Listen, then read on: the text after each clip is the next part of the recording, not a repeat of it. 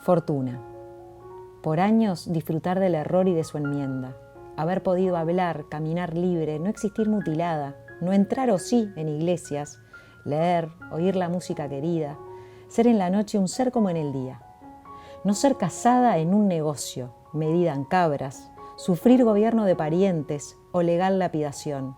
No desfilar ya nunca y no admitir palabras que pongan en la sangre limaduras de hierro. Descubrir por ti misma otro ser no previsto en el puente de la mirada. Ser humano y mujer, ni más ni menos.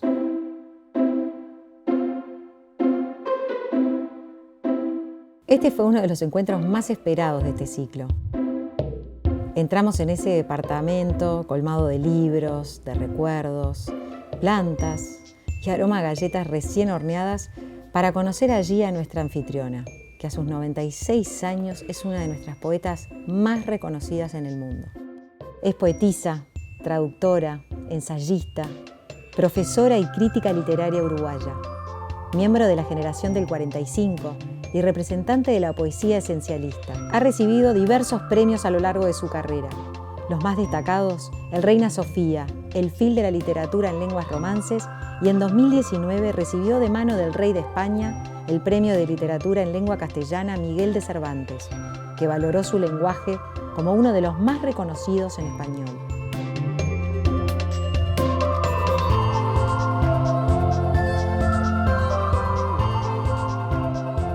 Bueno, y te voy a acompañar a hacer un tecito, porque ya que estamos es la hora de tomar el té. Sí.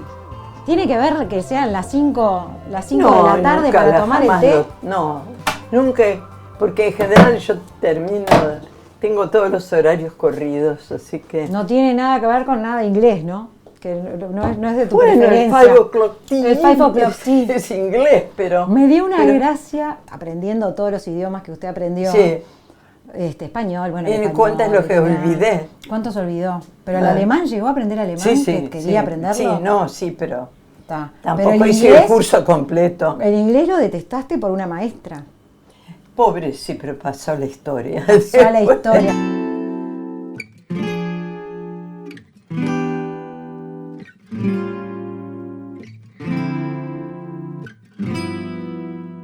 Perdón, ¿te tuteo? Sí, claro. Ahí está, porque viste cómo es. ¿Sabías que hay mucha gente en las redes? Vos no tenés redes. No. No, pero sos del Google. Ni siquiera de pescar. ¿Sos del Google? ¿Do you Google? No, tampoco. A veces veo temas estupendos y que descubro que ahí me informan, pero sí. No. Es una tragedia las redes, el Wikipedia.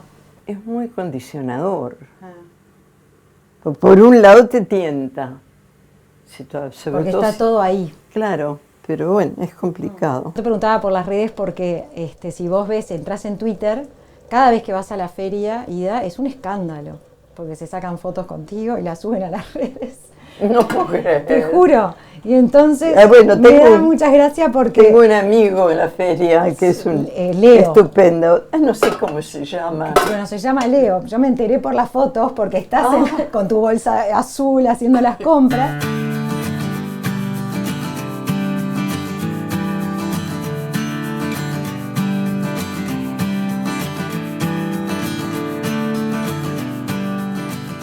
Sos de viajar, estás muy activa tú. No, estaba. Ya no tengo ganas de... ¿Y si te hubiese agarrado sin pandemia, sos de agarrar la valija a ir o ya te da pereza? No sé. He viajado con Amparo y eso es estupendo porque ella tiene ánimo, tiene ganas. No, incluso algún lugar le tocó, pobre, que yo me enfermé. Creo que fue en París. Que estaban juntas. Tuve tanta suerte, sí. También es complicado con quién viajás, qué ánimo tienes, si le gustan las mismas cosas. ¿Y con Amparo compartís, por ejemplo, las mismas cosas? Ella sí, digo más o menos. ¿A dónde te gusta ir, por ejemplo? Veo que París lo nombrás bastante, es una ciudad que te gusta. Bueno, de lo que conozco, París, Italia. Hay lugares donde nunca he ido y tampoco tengo mucha ganas de ir. Una vez conté que iba a París y que iba a estar 8 días en París. Y la persona a la cual le conté me dijo, qué tristeza. Ah, claro, un poco.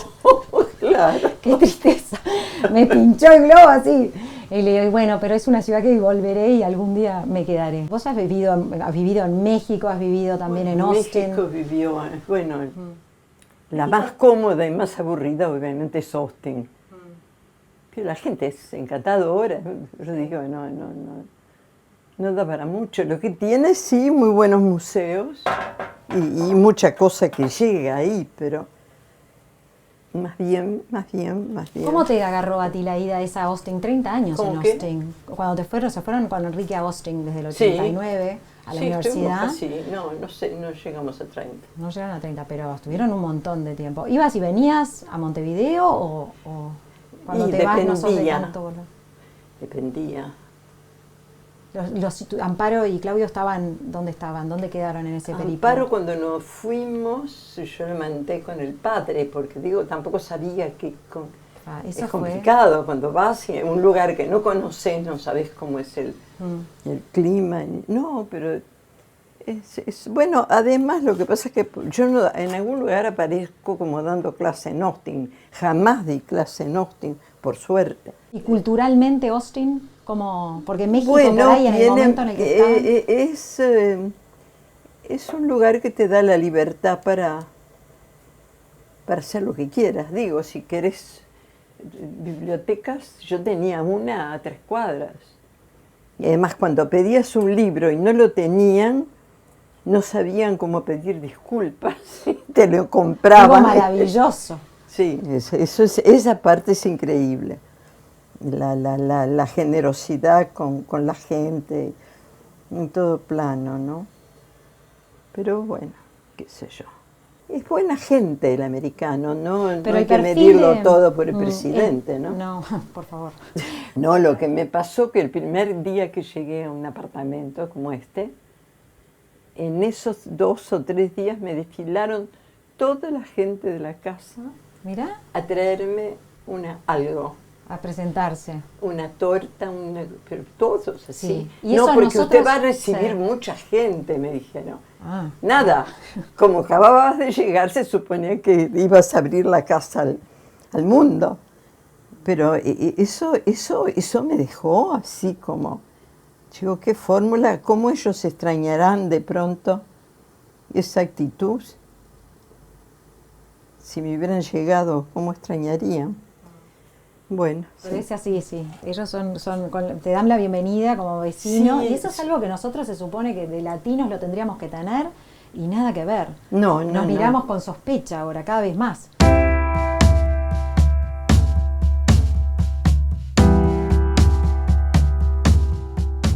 Exilios. Están aquí y allá, de paso, en ningún lado. Cada horizonte donde un ascua atrae. Podrían ir hacia cualquier grieta, no hay brújula ni voces. Cruzan desiertos que el bravo solo que la helada queman, y campos infinitos sin el límite que los vuelve reales, que los haría casi de tierra y pasto. La mirada se acuesta como un perro, sin el tierno recurso de mover una cola. La mirada se acuesta o retrocede, se pulveriza por el aire, si nadie la devuelve. No regresa a la sangre, ni alcanza a quien debiera. Se disuelve, tan solo.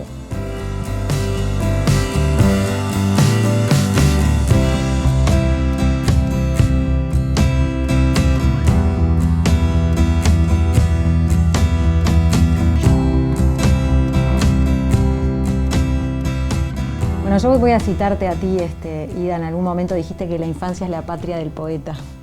¿Por qué? ¿La infancia te viene todo? Eso lo dijiste vos. ¿Lo dije? Sí, están los papeles. Puede ser. Bueno. Pero me encantó esa frase, me encantó ese pensamiento. Y bueno, sí. Porque todos volvemos. Siempre hay como una vuelta a un acervo que no se sabe cuál es, pero bueno. A veces se le ocurren cosas que no parecen tener nada que ver con el momento que uno está viviendo. Entonces, bueno, supongo que hay que remitirse a la infancia. ¿Cuál era tu barrio de la infancia? ¿Dónde creciste? Positos. En Positos.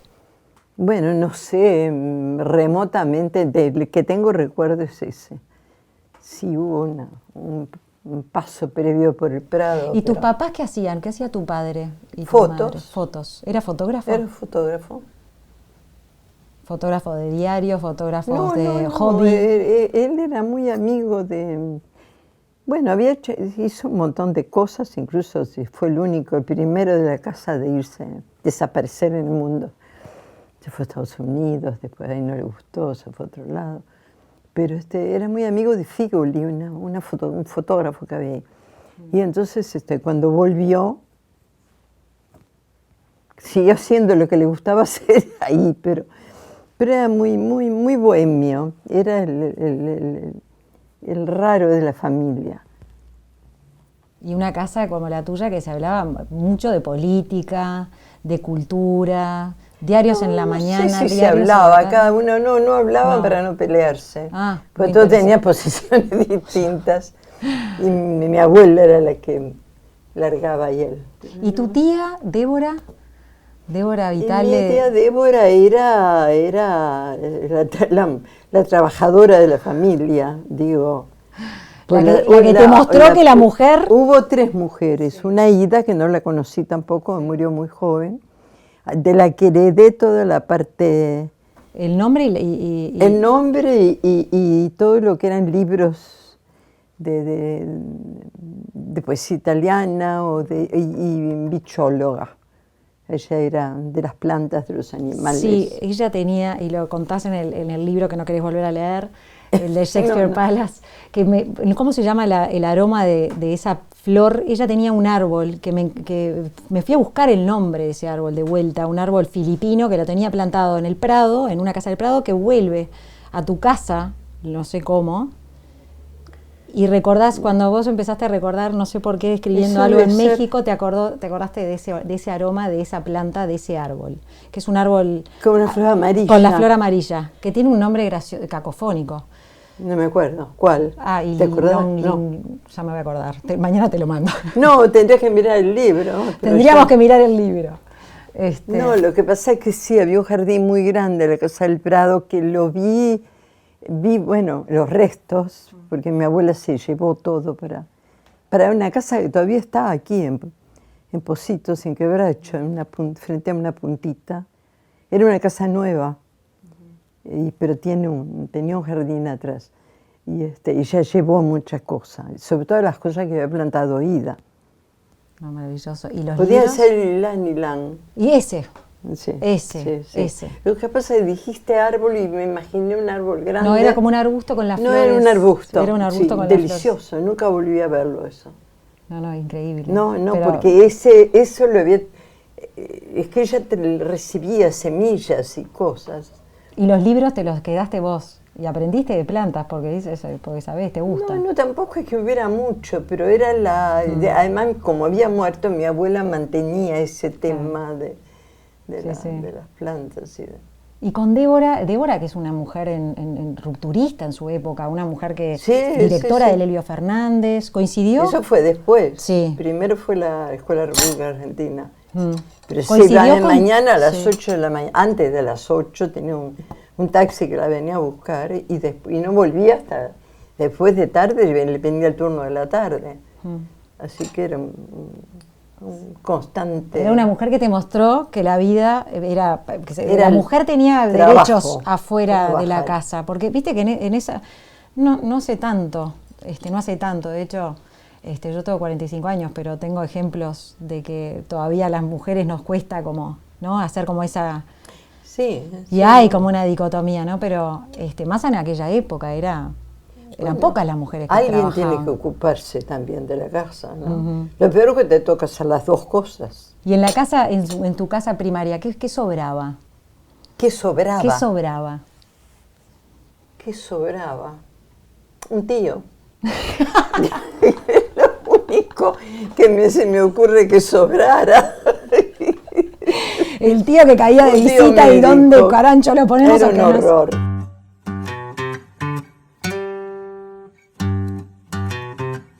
Y faltar, ¿Eh? algo que faltara.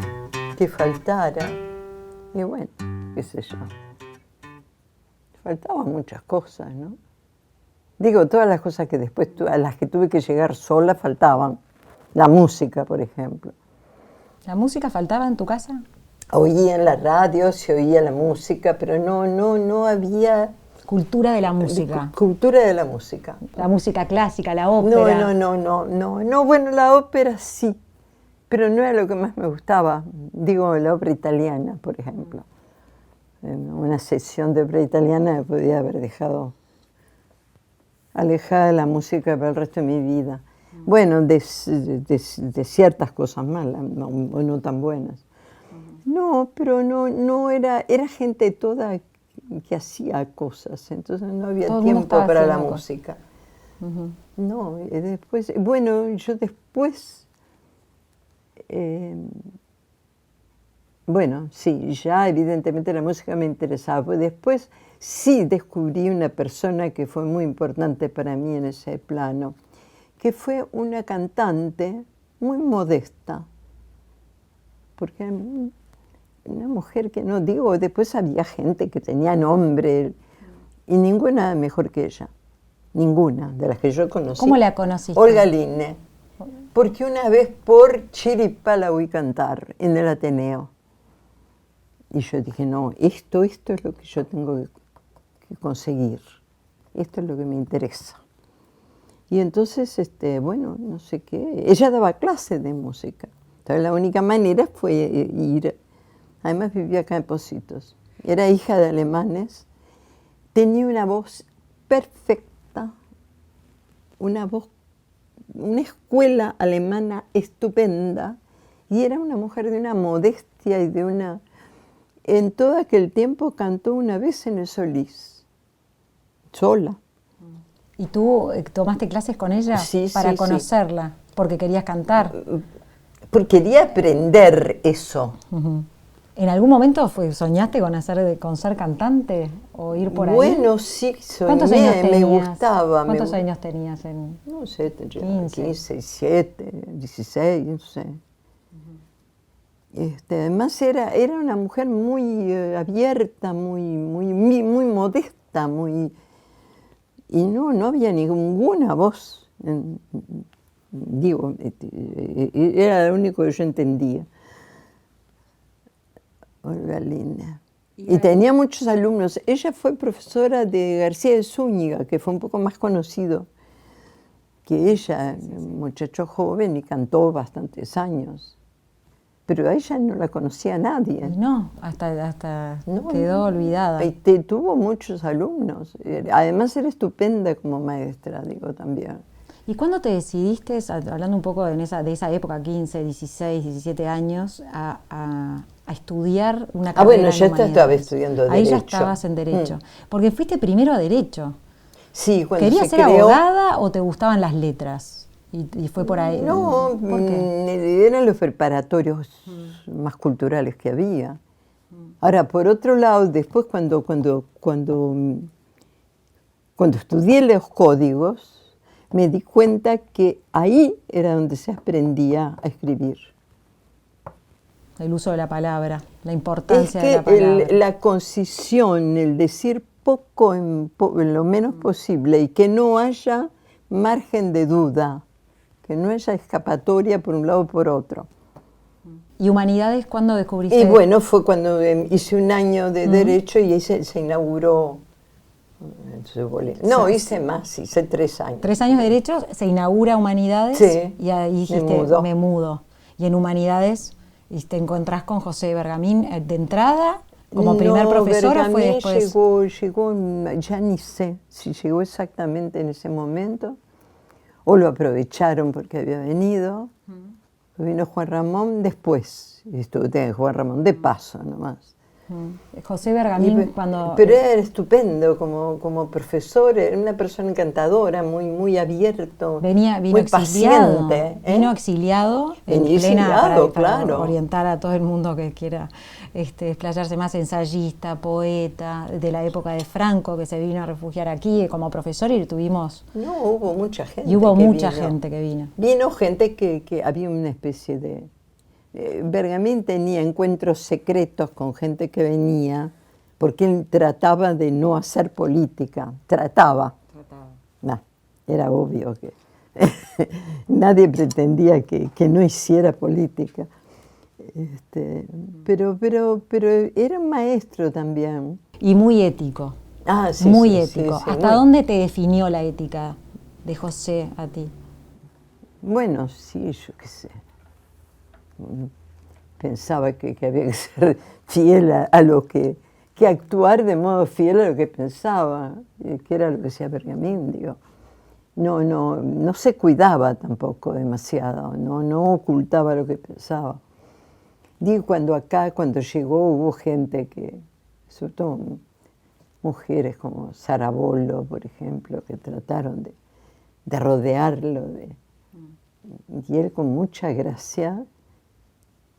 Él lo hizo de la manera más gentil del mundo, ¿Qué quiere decir que lo dividir trataban? terrenos. ¿Cómo lo trataban de rodear? ¿Qué significa? Y él dio una conferencia en para Ninfo y agradeció a Sara Bella, que como la pobre Sara era cualquier cosa menos bella, le pareció que era un chiste de mal gusto de Pergamín.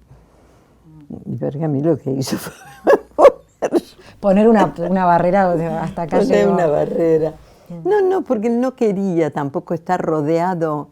Él se dejaba rodear por estudiantes. ¿Y qué estudiantes? Porque estaban todos... Bueno, sí, estamos fascinados, porque además él no es que tenía un programa, pero él siempre se salía, te hacía leer otras cosas, digo, no los 4 libros que estaban en el programa, era muy especial. Con Jiménez, con Juan Ramón Juan Ramón. Jiménez, fue tu padre poético, dijiste. Claro, digo, es que Pergamín era el maestro general. Sí. Pero como poeta, digo, para mí era más importante Juan Ramón. ¿Y lo conociste? ¿Cómo era Juan Ramón? ¿Cómo era como Era hombre? muy agradable, muy así, muy guardar distancias, pero muy honesto también. Y él estaba obsesionado con la idea de que había llegado Pergamín primero y que Pergamín hacía proselitismo, cosa que no era verdad, no la hacía. Bueno, sí, podés hacer proselitismo indirecto a través de cómo te comportás, de cómo actuás, de hasta qué punto sos un buen maestro, yo qué sé. Pero nunca jamás hablar de algo así directamente político para lograr algo. No, en ese sentido fue de lo más responsable de la madre.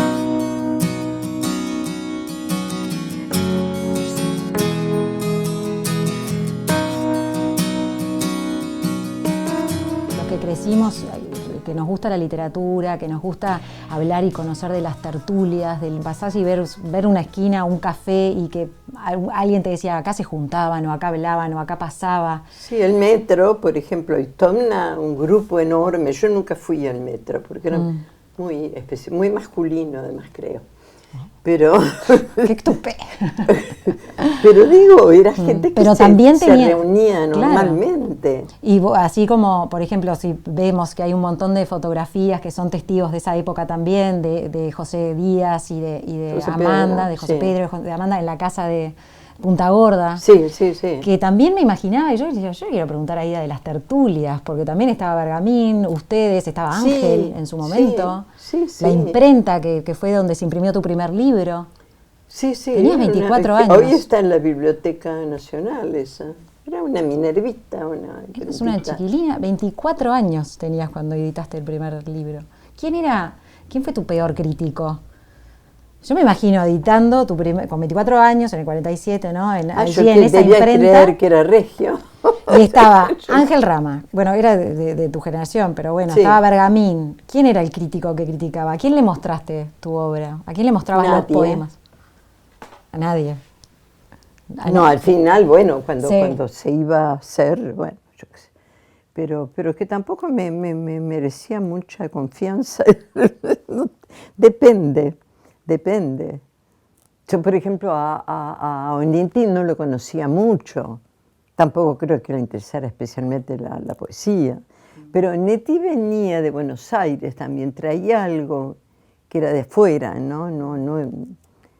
no estaba en un grupo, por lo menos no un grupo que tuviera que ver conmigo. ¿Cómo terminaste siendo tan amiga de Onetti? Porque después terminaron, o sea, hay... Y sí, después no sé, bueno, yo qué sé, era amiga de Bergamín, como Claro, yo podía ser pero- amiga de Onetti. Y Onetti era, hay otra cosa Onetti que... era muy chúcaro. Por eso Era, te pregunto, sí. porque es famoso por... No, ¿y cómo? pero sí, pero no era, no era rechazante, era discreto, digamos, no se abría mucho, no contaba mucho, no.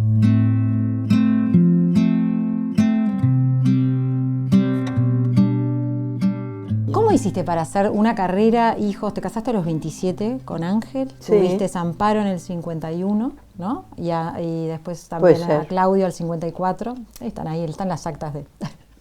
Normal, y, que alguien... ¿Y cómo conociste a Enrique? Y era alumno de Ángel. 18 años más chico. Sí. ¿Vos cuántos años? Qué audacia la mía. No, impresionante. Pero no, es que era una persona estupenda realmente. Me salvó mi idea del matrimonio.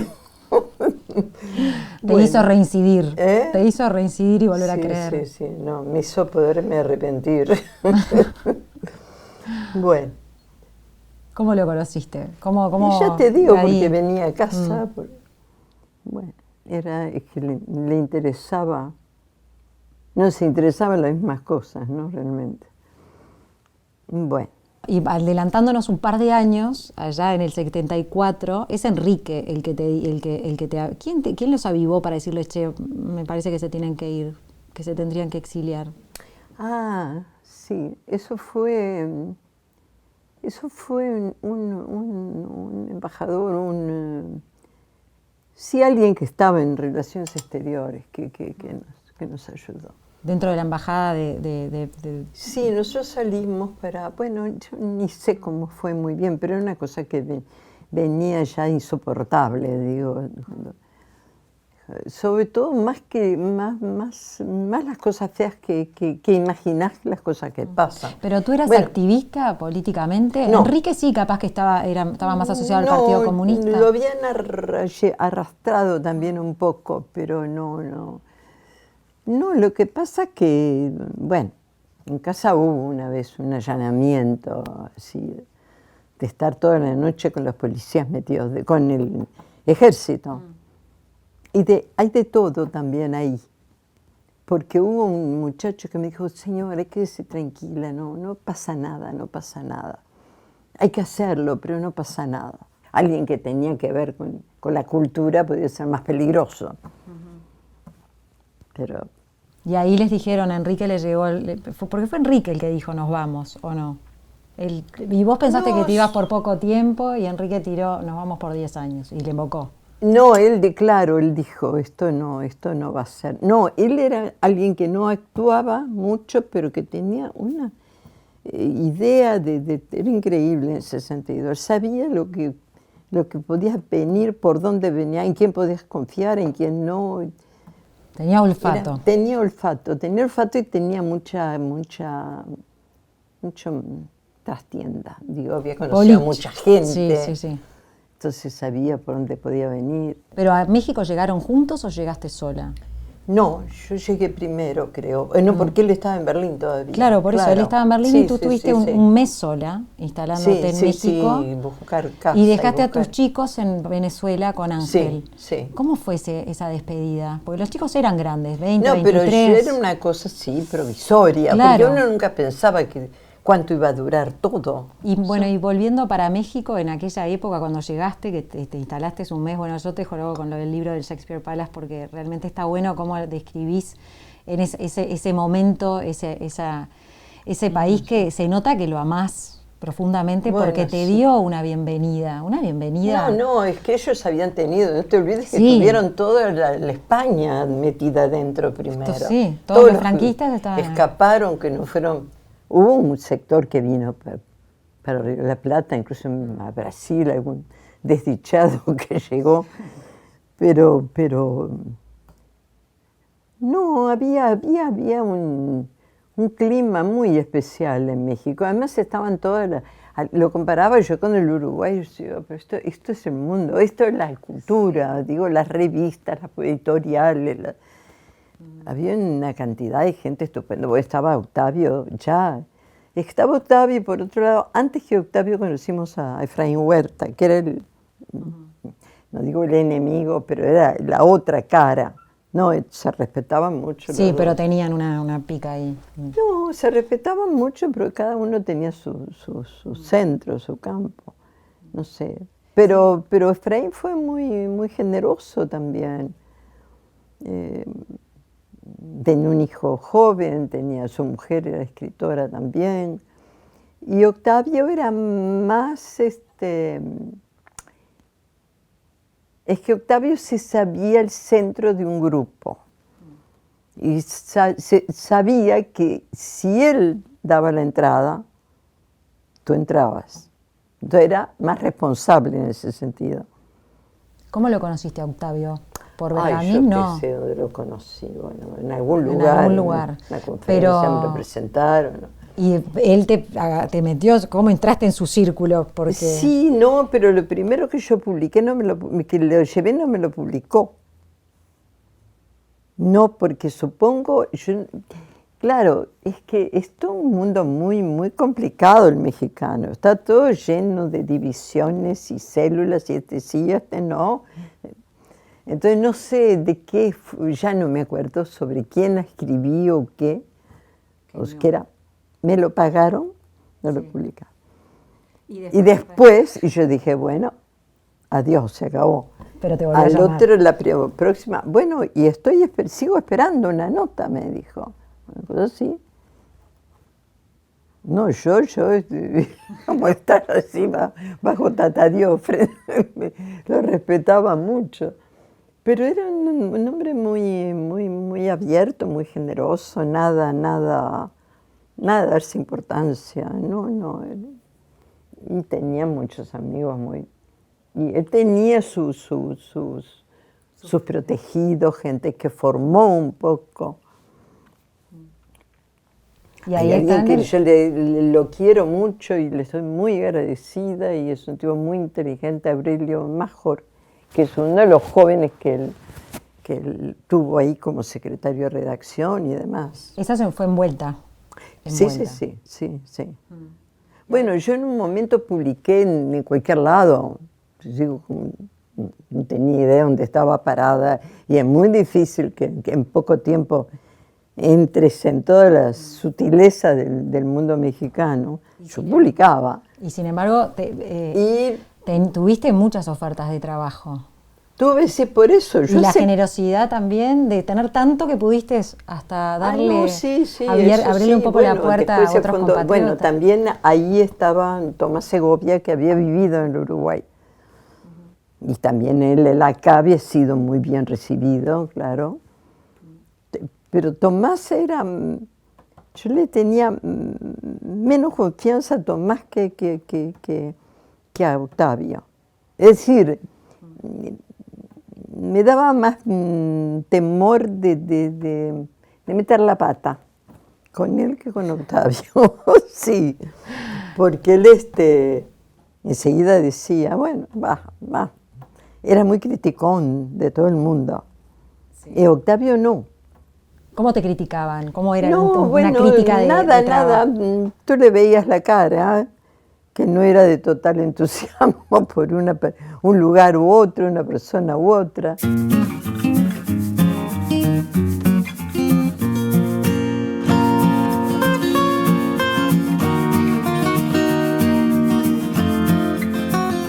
¿Siempre pensaron en volver? ¿Estaban pendientes de las noticias en México? Y sí, más o menos en la medida que se podían tener noticias. Como Enrique decía, no, esto no va a ser rápido. Y la verdad que no. ¿Sentían como una obligación de volver? Bueno, sí, claro, sí, eso es verdad. ¿Y cómo encontraron al Uruguay? Porque volvieron y vos te pusiste muy activa en Jaque de Manuel Y bueno, Floresila, sí, ya estaba eso. Enrique como director de la Biblioteca Nacional. Bueno, ella estaba, bueno, fue en el periodo de Sanguinetti. Sí, en que ese ya periodo. era ¿Y otra cómo cosa. vieron? ¿Cómo era el clima? Bueno, como siempre, claro, esto es más reducido, hay menos posibilidades para el que empieza. Y yo no sé, Pero aparte era otro Uruguay, hoy ¿no? que no hay casi diarios ni páginas literarias. Antes había. Incluso cuando yo era chica, esos diarios que salían de noche, El Plata, El Diario, todos publicaban poesía, por ejemplo. Uno, otro, mala, buena, en general mala, pero bueno, de cuando en cuando Pero invocaban. valía la fuerza el intento, por lo menos había algo servido ahí para introducirse. Y yo siempre decía, bueno, ¿y si no, qué hacen? Porque de alguna manera el que empieza a escribir también tiene que empezar a probarse y a que alguien le diga, no, qué horror, o qué bien estuvo, o lo leí, yo que sé, algo que sea un poco de apoyo. Y hoy, el que empieza acá ahora, no sé cómo hace.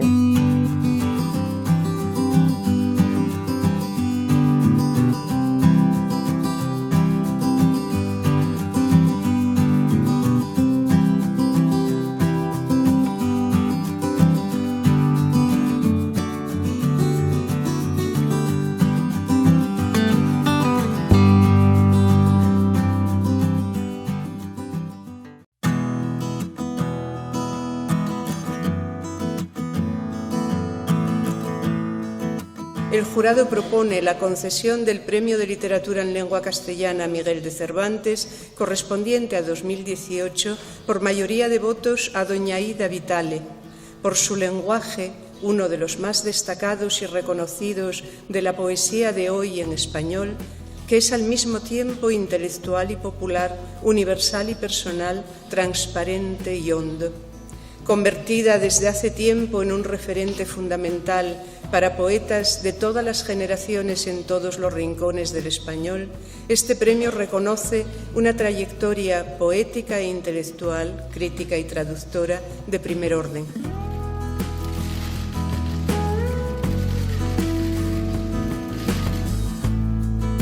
Y recibe ya la felicitación también de la reina. Y esa medalla del escultor Julio López, que se personaliza para cada premiado.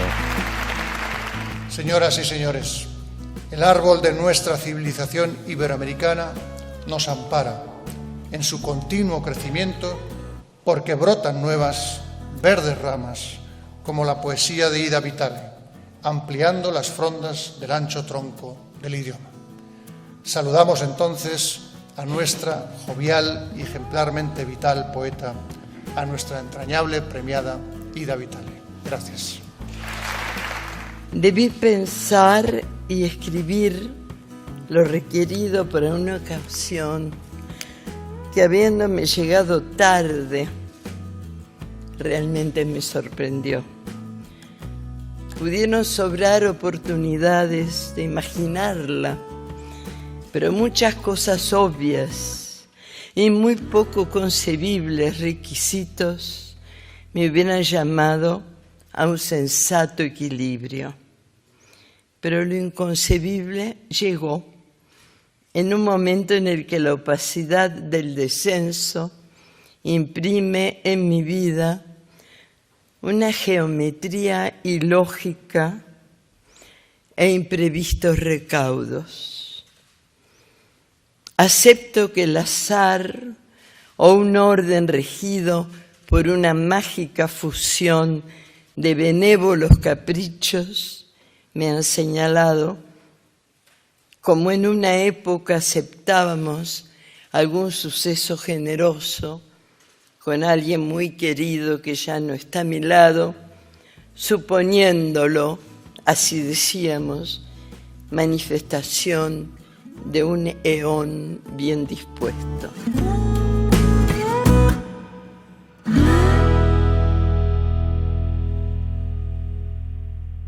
Una cosa que dijiste, porque Onetti también lo mencionás como, lo definís como un rioplatense. Y sí. Está. Tú viviste la mitad en Uruguay, mucha de tu obra también la planteaste afuera, pensando en las personas y en los uruguayos que han tenido premios de nivel internacional, como el Cervantes en tu caso, Onetti también, el Cervantes, y son gente que por ahí estuvo en Uruguay, es uruguaya, pero hizo producción afuera. ¿Eso tiene que ver con que entres en un concierto internacional? Pero hay como un denominador común que te da como... que un poco ayuda, bueno... Digo, lo que más ayuda para el que está escribiendo en un lugar es que tenga un lugar donde publicar. En ese momento acá había bastantes diarios. Hasta había mamarrachos, pero que uno podía publicar. Yo qué sé, había un diarito, una revistita, que todo el mundo publicaba ahí. Era una cosa chica, pero publicaba, no me acuerdo cómo se llamaba. Esas cosas que digo, no, uno se lo tomaba muy en serio, pero de todas maneras es un lugar para que te conozcan y tú conocer a otros, porque también lo importante es eso, conocer también, medirse con algo, no, qué sé yo.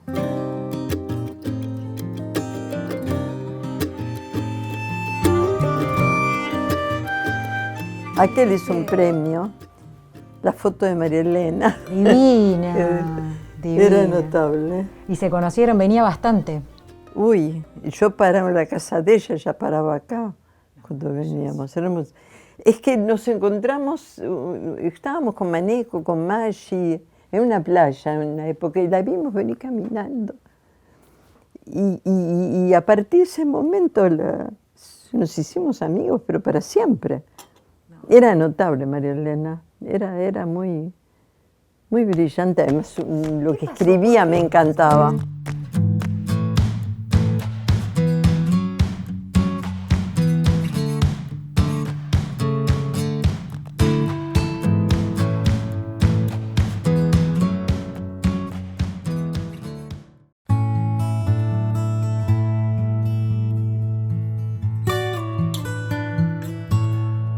Misterios.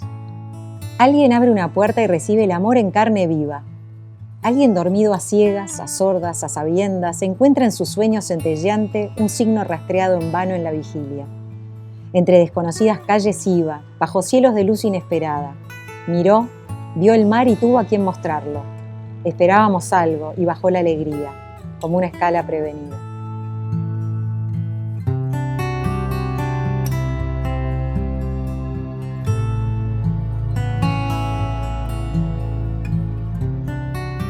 ¿Cuál es tu poder? ¿Tenés un poder? ¿Poder? Sí, un poder. ¿Poder? Un poder. Pero no sé. Poder no creo tener ninguno. Bueno, un poder puede ser el gusto. Sin duda. Saber que algunas cosas, por lo menos no tener duda respecto a algunas cosas, ¿no? Eso sí, a veces sí. Y no tener que apoyarme en juicios, digo. Bueno, si a lo largo de años de estar metida en un determinado mundo no te queda con cierta seguridad respecto a lo que te tiene que gustar y lo que no, apaga y vamos, ¿no? Saber identificar lo que a uno le gusta o no lleva toda una vida. Lleva. Bueno. No, hay cosas que uno decreta de entrada que no.